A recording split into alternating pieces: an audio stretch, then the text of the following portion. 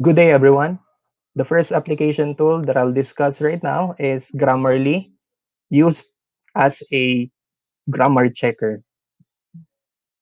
First off, let's talk about Grammarly. What is it? Grammarly is a digital writing tool that basically helps us improve our grammar, sentences, and somewhat avoid plagiarism.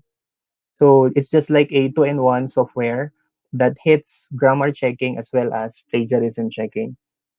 Automatically, it helps us detect errors in our grammar, spelling, punctuation, word choice, and style within our writing. So it's just like having an AI beside you whenever you have your writing task at hand. So what are some of the features of Grammarly? It's an automated grammar checker. It's a free writing assistant. Another is I have already mentioned this. It also it is also capable of plagiarism detection. And lastly, it's a plugin for MS or Microsoft Office applications such as Word. Later on, I'll be demonstrating how Grammarly works in MS Word. All right. By the way, Grammarly is or comes with a free version. So let's try to open our browser and go to the website. It's grammarly.com. All right.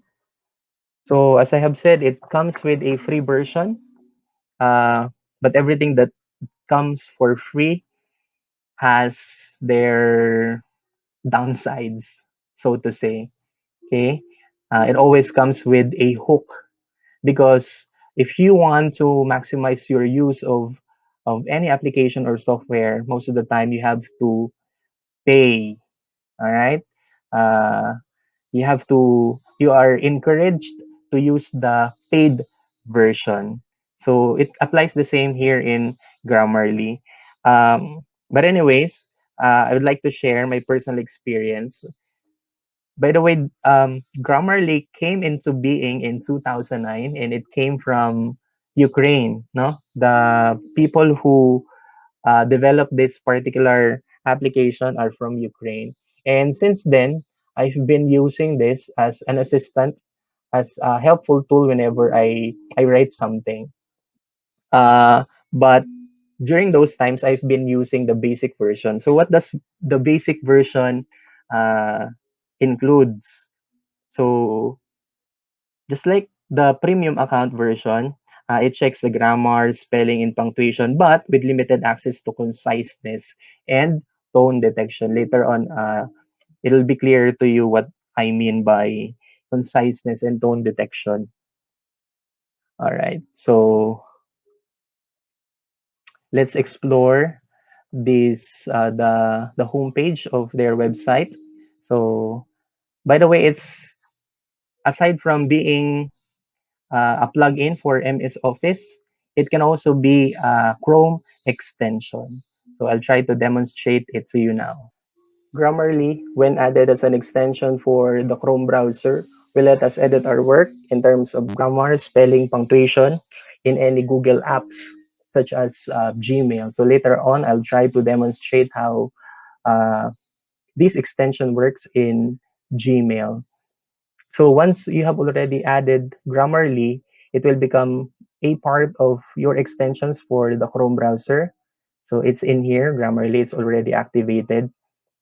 A while ago, by the way, I tried to send a message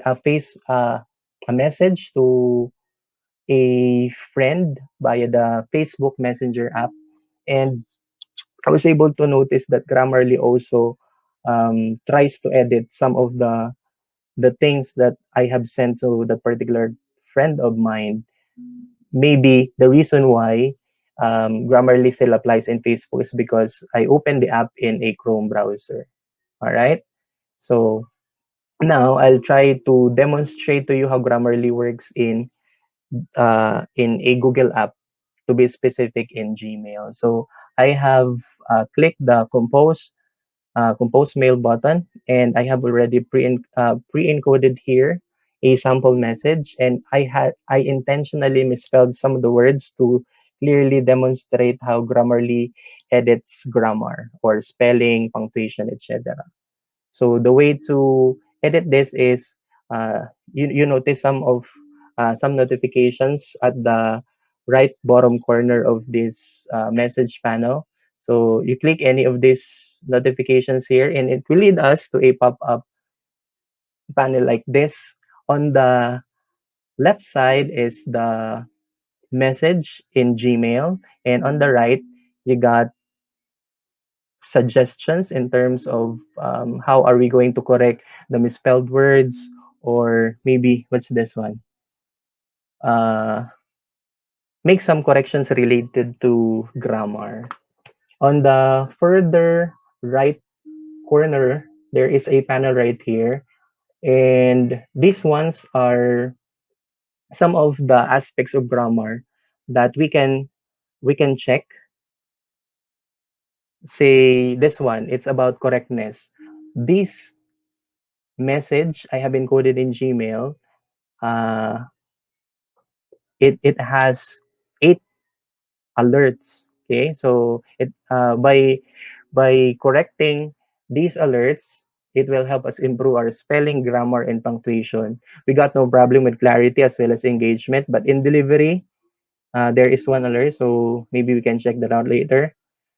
Now we go back to our message. So the first misspelling that we have here is the word day. What's one good thing about this app is it suggests the correct word you can use to replace the misspelled word. And below there is an instruction or a tip or maybe a quick grammar lesson that will help us rectify our error. In this case, the green one, once clicked, will automatically edit the work. So you can see it's no longer underlined red. And the same as this one, the correct spelling of how is with letter O. So this one, the correction aside from the spelling has something to do with formality. Okay, with the delivery. So the tip it gives us is the use of slang such as you, which is an internet slang, may not be appropriate in this context. Consider using a standard word or phrase instead. All right. So that word is you. So we try to click it, and there you go. It's already corrected. But then again, there are still some words that have been left underlined, so we still have to correct. So basically, that's what you do. uh, there are things that need to be corrected before these errors in grammar, spelling, punctuation gets improved. All right. So let's go back to our Gmail and see if the corrections we did are already applied. So it's still loading. To wait for a little while. Okay. And there you go. So the errors that we have not changed remain the same. At this portion, we'll now be talking about Grammarly as an MS plugin. And once installed, it also becomes a powerful editor in Outlook. So that's a counterpart of Gmail in Microsoft. Okay, so a reminder is that downloading this and installing is for free. So once installed, it automatically becomes part of your Word tool. So let's see. As you can see, I have already in one of my ribbons for Microsoft Word, the Grammarly app. So I still have to log in. Okay, I have just logged in my account. And as you can see, these icons have just been activated. While on this panel, the Grammarly box, the suggestions are still loading. There you go. So as the suggestions start loading here, on our original document, some of those errors have already been identified and underlined with different color codings. So we'll find out later that every color represents a particular issue on grammar or an aspect of the language that must be corrected. Like for example, red signifies there should be an improvement in terms of grammar correctness. How about for color blue? So the issue here is on clarity and readability of paragraph sentences. I saw another one. Blue green. Okay, the problem is about engagement and proper use of vocabulary. So there are other colors, I guess, but as for this document, like this one, yes. For violet, this one right here, the problem is about delivery and formality. Okay, all right. So all across the document, you can see a lot of errors. By the way, I have uh, this manuscript here, or this excerpt right here is a sample from a research manuscript, and I have not intentionally used or misused terms, words, misspelled. This was the original um, document that I just extracted from a research manuscript.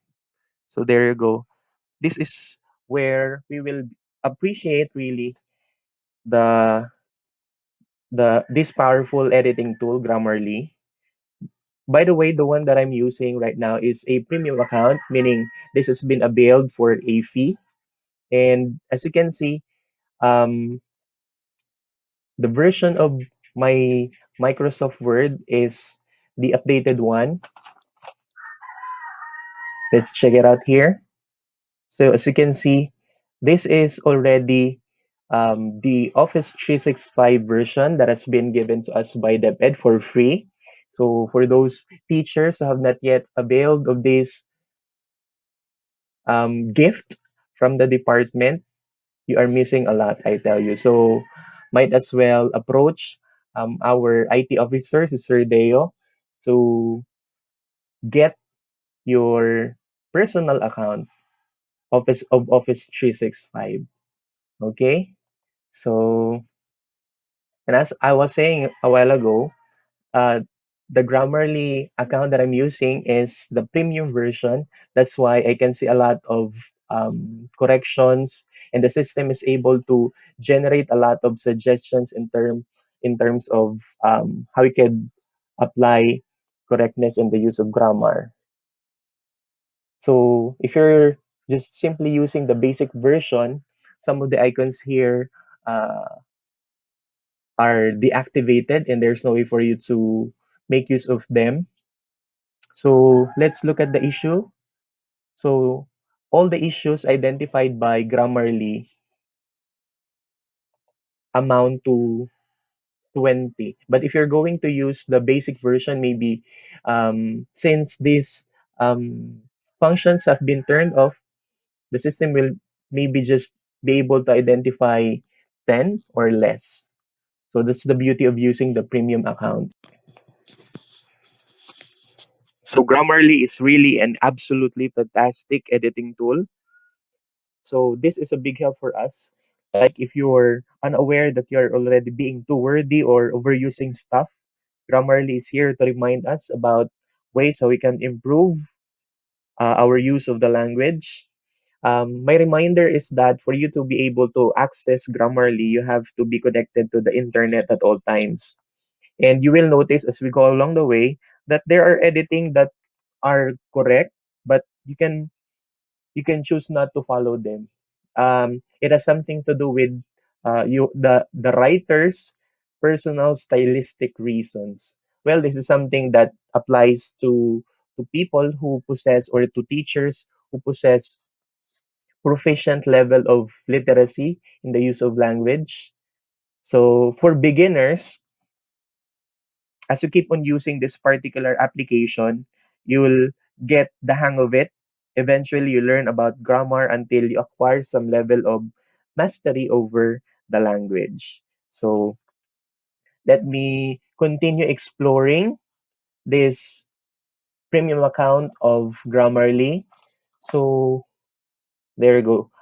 Later, we'll be looking into those corrections and see if they really are valid and accurate ones. So in the ribbon section of Grammarly, you can see a lot of icons. Here is the summary or the overview, and it mentions the number of corrections that must be considered. And these icons, they represent a particular aspect of the language in terms of correctness. So the system was able to identify at least 15 alerts or 15 errors. So clarity, it says here, it helps make our writing easier to understand.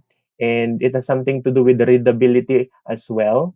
For engagement, if you'd like to make our sentences stay effective and interesting to our readers, then might as well consider the correction from this application. And the delivery, it helps make the right impression on our reader. Okay?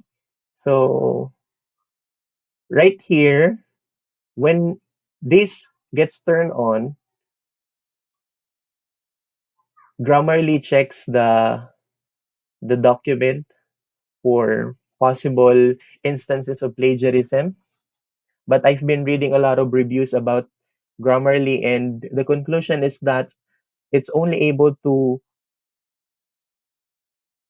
scan the material for plagiarism 1% of the time. Even if the document has been intentionally plagiarized, like 90 or 100% of it, Grammarly was only able to detect 1% of plagiarism. So I don't suggest that um, you depend on Grammarly as a plagiarism checker. And this icon here, once clicked, it will pop up a particular message that will facilitate how we can submit or upload a document for it to be proofread by an expert. But of course, for a certain fee. So these are the professional fees that you have to pay that particular editor. So there you go. Let's get right into our um, oh, so when I turned this on, what happened was all the icons, the functions of these icons have been deactivated as well. So we have to turn this off for our grammar corrections to appear once more. Okay, what are we gonna do? There you go. So we're back on track.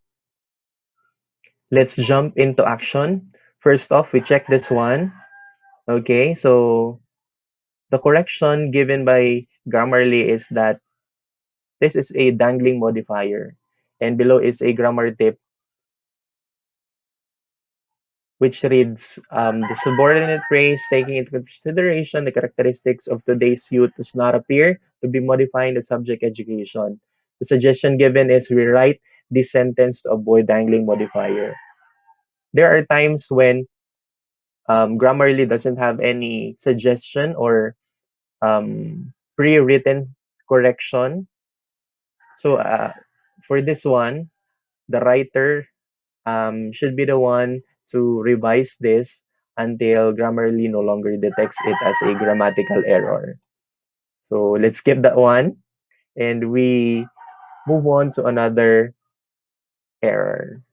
So here, the alert says it's okay. There's a word that should be omitted, and that is the article the,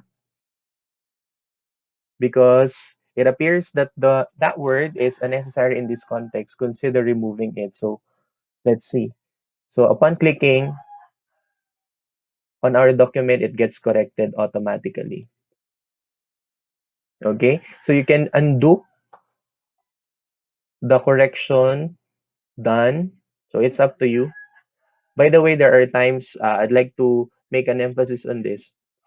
There are times Grammarly really gives the um, correct suggestions, but it's still up to you whether you'd like to consider it or not. So there's no problem with that because just like any other software editing tool, it's not 100% accurate. Like it's missing on a lot of factors. Like what if that word used, though it was detected by Grammarly, but there's no problem with that. There's no grammatical error, but you know that is the preference of the writer. Then might as well ignore what Grammarly suggests.